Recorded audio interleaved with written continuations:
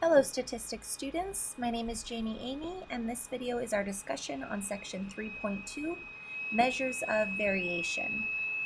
Before we go to the next slide, let's learn some new symbols. First one is lowercase s. That represents a standard deviation, but very specifically, it's the standard deviation from a sample. S squared is how you get your variance, and again, that's specifically variance from a sample. We have a lowercase Greek letter sigma here. That gives us a standard deviation also, but that standard deviation is from a population. And lowercase sigma squared gives us a variance also, but again, that one's from the population. So when you hear standard deviation in statistics, you'll have to look carefully to see if they're talking about a sample, which would make that S, or a population, which would make it sigma. Same thing with variance. If you hear variance in this class, in statistics, you'll have to look carefully. If it's a sample variance, you'll use S squared. If it's a population variance, you'll use sigma squared. I want to point out one more thing. If you have the standard deviation and you ever want to get to the variance, all you have to do is square it. And the vice versa is true. If you have the sample variance and you're trying to get back to the standard deviation, all you have to do is square root it. Okay? All right, let's try an example of finding the standard deviation and finding the variance before we talk about what each of the definition of each of those. Okay, example A. Find the standard deviation of these Verizon data speed times in megabits per second. So we have 1, 2, 3, 4, 5 data values, and we're asked to round to one more decimal place than the original data values. All this original data has one decimal place, so we're going to give our answer to 2 decimal places. Okay, pick up your graphing calculator, and let's do this together. So turn it on, clear your screen. We're going to start right here. Okay, so everybody hit Stat. Next, we're going to select Edit. That's always where we enter our data. So when you hit Edit, you should see L sub 1, L sub 2, L sub 3, L sub 4, and so on. Those are all the lists that you can enter your data in. If you have some old data in there, just arrow up so that the L sub, whatever it may be, is highlighted, and then hit Clear, and then hit Enter. Okay. All right, next thing, we're going to enter our data in that list. So we have 38.5, 55.6, 22.4, 14.1, 23.1. All right, so 5 data values are entered into my list 1. I'm going to hit Stat again, and this time I'm going to arrow over to Calculate. It shows me a list of programs there. I'm going to use the first one. Top program, it's called Var Stat.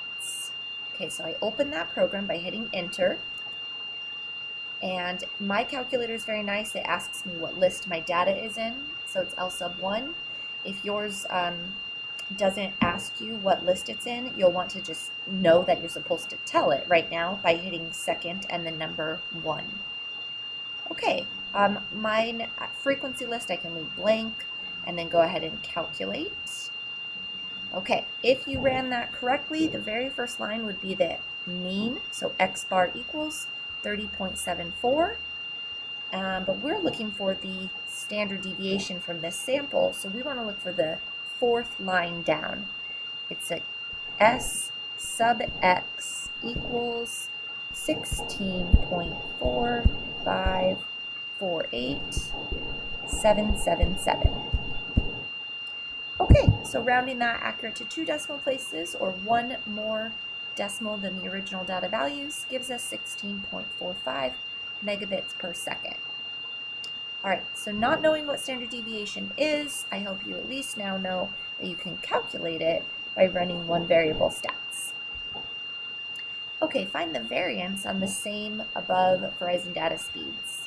Okay, if you go back to your output screen there, your one variable stats program, you've got a lot of information on there. You have sigma, so it's the population standard deviation, lowercase n, so sample size. If you arrow down, you have your min, quadrant 1, median, quartile 3, maximum, but there's no variance on there. There's no s squared. So we're going to just calculate that using our standard deviation from our screen, that sx, and we're going to square it. Now don't use your rounded 16.45 because you're losing more accuracy each time you use something rounded off. So make sure to use the entire 16.4548777. Square that. My squared key is on the first column. It says x to the second power. And that gives me 270.76300001. And rounding that to 2 decimal places gives me a variance of 270.76 megabits per second. And notice now that the units are squared, and that is because we squared our s, which was units of megabits per second, becomes megabits per second squared. Okay, I want to show you visually what those look like by graphing them on a number line for part C here. So I'll just make a number line, and this is going to represent all the x values. All right, my measure of center is the mean. I'm going to put that right in the middle, and that is 30.74. So that's my x bar. Now what I'm going to do is go up 1 standard deviation. That means take my 30.74 and add a standard deviation to it. So add a 16.45. Okay, if I do that, 30.74 plus 16.45, I get 47.19. So that is my x bar plus 1 standard deviation. So it would be 47.19, and it is x bar plus 1 standard deviation. I'm going to go again. I'm going to go up 1 more standard deviation. Sometimes we say 2 standard deviations above the mean. So I'm going to go in this direction, and to get there I have to add another 16.45. So in my calculator I just hit plus 16.45, and now I'm at 63.64. And that value represents our mean plus 2 standard deviations. All right, now I'm going to go toward negative infinity. So I'm going to go 1 standard deviation below the mean. And to get there, I start at my mean of 30.74, and I go less a standard deviation of 16.45. Okay, so 30.74 minus 16.45. I get 14.29. That goes right here, 14.29, and that represents our mean minus 1 standard deviation. We're going to go one more time, hit subtraction of 16.45 again, and the value 2 standard deviations below our mean is negative 2.16. represented by x bar minus 2 standard deviations. Okay, so the standard deviation is this distance of 16.45 each time. Doesn't matter if you're headed in the positive or the negative direction, the standard deviation is the distance between, so it's positive 16.45. Okay, we're going to go to the next slide and look a little more into the definition of standard deviation. Standard deviation of a set of values is a measure of how much the data values deviate away from the mean, which was our measure of center. And this graph can look very overwhelming at first, but take a second. You already have seen part of this graph right here on the horizontal axis. This is exactly what we just constructed in part C on the last slide, except we're going 3 standard deviations above and 3 standard deviations below, okay? So you know more about this graph than you may think right when you first see it, because it's quite overwhelming. It's just now we've got a bell-shaped curve over the top of that horizontal axis. Okay, I'm just going to erase all that so it doesn't get too cluttered. Okay, so focusing on the part that you know, your mean goes in the middle, and if you go up 1 standard deviation and down 1 standard deviation, then you are obtaining this area of the bell-shaped curve. Okay, and we know by the empirical rule, which I'll show at the bottom in a second, that 68% of our data will fall within 1 standard deviation of the mean, and that is true if our data takes on this normally distributed, approximately bell-shaped curve. Okay? If our data takes on this shape, this distribution, this normal distribution, this approximately bell-shaped curve, then it is also true that, let me change colors. If you go up 2 standard deviations, so right here, and down 2 standard deviations, then you've obtained the area that I'm shading in black now. It's larger, see that? It's 2 standard deviations above and below the mean. That area right there, that shaded area, it's almost our entire bell. It's 95% of our data will fall within 2 standard deviations of the mean. Okay, I'm going to go one more time. Let's go to green. If we go 3 standard deviations above, so now we're right here, and 3 below, then our bell-shaped curve, it really is almost all of it this time. It gets the area in these little tails as well. And it is 99.7% of your data will be within 3 standard deviations of the mean. Look, those expressions there, x bar plus and minus 3 standard deviations. And so notice it's not all of it. The 0.3, there could be a little more data out here, maybe 1 out here, maybe an outlier somewhere. But you'll want to remember the empirical rule, which is 68, 95, 99.7. 68% of your data is within 1 standard deviation, 95% of your data is within 2 standard deviations, and 99.7% of your data is within 3 standard deviations of the mean if your data takes on this distribution, this approximately bell-shaped curve. Okay. The variance of a set of values is a measure of variation equal to the square of the standard deviation. So now we have seen how to calculate them, running one variable stats if you have all the individual data values. We saw it on a horizontal axis alone, and now we've seen it on a horizontal axis with a vertical bell-shaped curve over top. We have the empirical rule, and we have the definition of standard deviation and variance. A lot going on in chapter 3 already. Make sure you're taking good notes, rewind and watch this video as many times as you need to. Seeing it one time is often not enough to have it all set in. Okay, for many data sets, 95% of sample values lie within 2 standard deviations of the mean and are considered usual. Using the Verizon data speed times from before, those same 5, the mean was 30.74. If you guys recall, we calculated that by running one variable stats, and that gave us x bar equals 30.74. The standard deviation was 16.45. Again, we calculated that by running one variable stats. Would a data speed time of 60 megabits per second be considered unusual? So what we're being asked, I'm just going to go back a slide real quick, erase all this clutter. We're being asked if a data value is usual or unusual.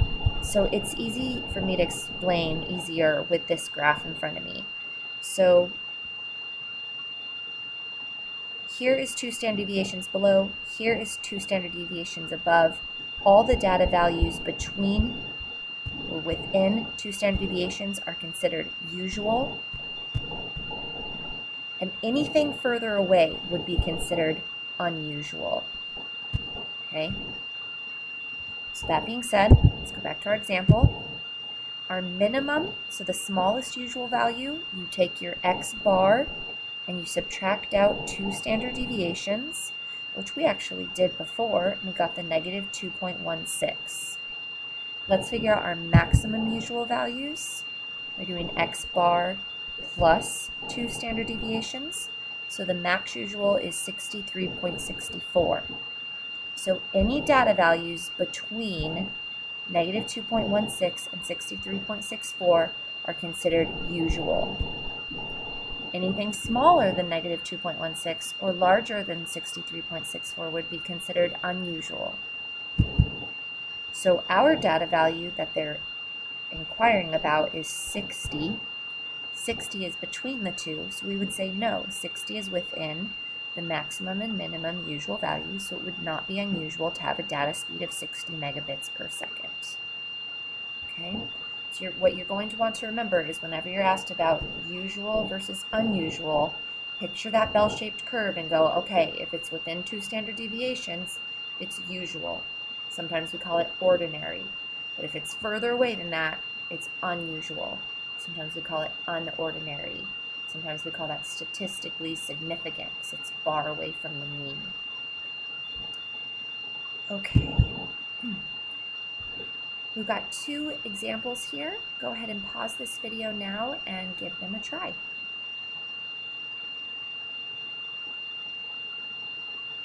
Welcome back. I'm going to go over these now with you.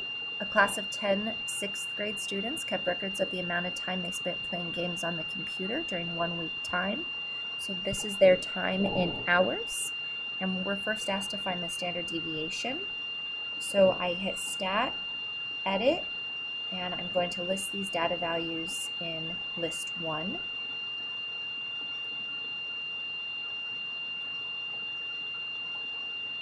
So again, that's Stat, Edit, enter these data values into list 1, or whatever list you're going to run one variable stats off of. Okay, now we go Stat, arrow over to calculate, and if we run one variable stats correctly, it gives us a standard deviation of 5.78 hours. If you're getting something different, you may have just typed in a data value incorrectly. So go back to Stat, Edit, and try it again. If you square the given standard deviation, you should get 33.46, which gives us the variance in hours squared. Okay, so we did everything number 1 wanted. Now number 2, we have 3rd graders this time. Oh, don't miss the 9.6 over here. It started on the line above. So 10 data values. If you typed those into L sub 1 and ran one variable stats off of that set of data, you should get a standard deviation of 6.66 hours. And squaring that gets you a variance of 44.39 square hours. Okay, now we have one more question in part 2. It says, which class's amount of time on the computer varies more? So they're asking us, do 6th graders have a larger variance of time they spend on the computer, or do 3rd graders have a larger variance of time that they spend on the computer? So what we do is we compare the variance. And by compare in math, we always mean say which one is greater than or less than. And so these are our 6th graders, and these are our 3rd graders. So our 3rd graders actually had a larger variance. So that means that their time on the computer varies more. 3rd grade classes, amount of time on the computer varies more. There it is. Okay, and if you need to pause that and rewind it and watch it again, please do. I'm going to move forward to the range rule of thumb for estimating the standard deviation. We were able to calculate the standard deviation by running one variable stats, but that was because we had the list of individual data values. What if we didn't have the data values and we need to use the standard deviation for some reason? Well, we can estimate it by taking the range. You guys remember the range is the maximum data value minus the minimum data value, and then you divide that by 4. By dividing that into 4 equal parts, you're getting an approximate standard deviation. So if we knew the max data speed, the 55.6, and the minimum of 14.1, but we didn't know all the data values in between, then we could estimate the standard deviation using the range rule of thumb. We would do the max minus the min, so it gives us 41.5, and then we divide that into 4 parts, which is 10.375. So we could use 10.375 megabits per second as our approximate standard deviation. Compare that to our actual standard deviation, though. I believe it was 16.45. It's not very accurate, so use the range rule of thumb only if we have to. And that will conclude our discussion on section 3.2. My name is Emigh. Thank you for joining me, and I'll see you next time for our discussion on section 3.3.